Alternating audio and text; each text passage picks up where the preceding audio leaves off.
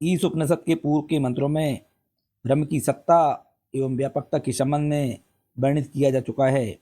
उसी प्रकार विद्या एवं अविद्या के संबंध में भी विस्तृत वर्णन किया जा चुका है। विद्या अर्थात ज्ञान मार्ग और अविद्या अर्थात कर्म मार्ग, इन दोनों के पृथक पृथक परिणाम बतलाए जा चुके हैं।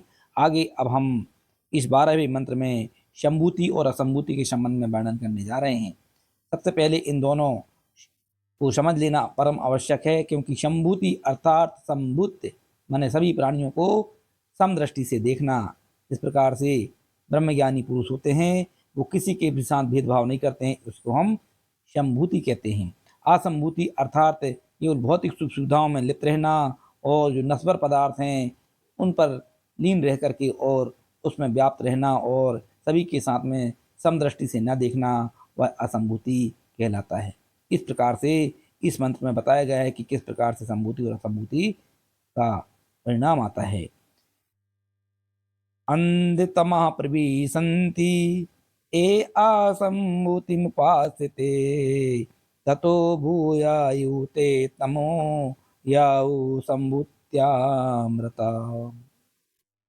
अंधतमा प्रविशन्ति अर्थात अत्यंत घोर अंधकार को प्रवेश करते हैं। कौन? ए संभूति उपास असंभूति उपासते, जो असंभूति अर्थात नश्वर पदार्थों में लीन रहा करते हैं, जो भौतिक पदार्थों के प्रति उपासना किया करते हैं, ऐसे मनुष्य जो है अंधा तमा माने कि अज्ञान रूपी अंधकार के इस घोर दुखमय संसार में प्रविष्ट होते हैं।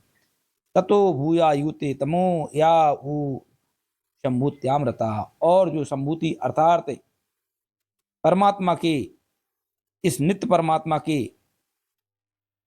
उपासना में केवल लीन रहने का अर्थात उसमें उपासना करने का झूठा मिथ्या अभिमान किया करते हैं, वह उससे भी ज़्यादा घोर अंधकार को प्राप्त किया करते हैं। इस प्रकार से यहाँ पर संभूति और असंभूति का वर्णन किया गया है। इसमें कहा गया है कि संभूति अर्थात जो ब्रह्म की उपासना करते हैं पर मिथ्या उपासना करते हैं, वो असंभूति के कर्मों के भी ज़्यादा घोर अंधकार को प्राप्त किया करते हैं। ऐसा इस 12वें मंत्र में हमारे ईशावास्य उपनिषद में वर्णित किया गया है।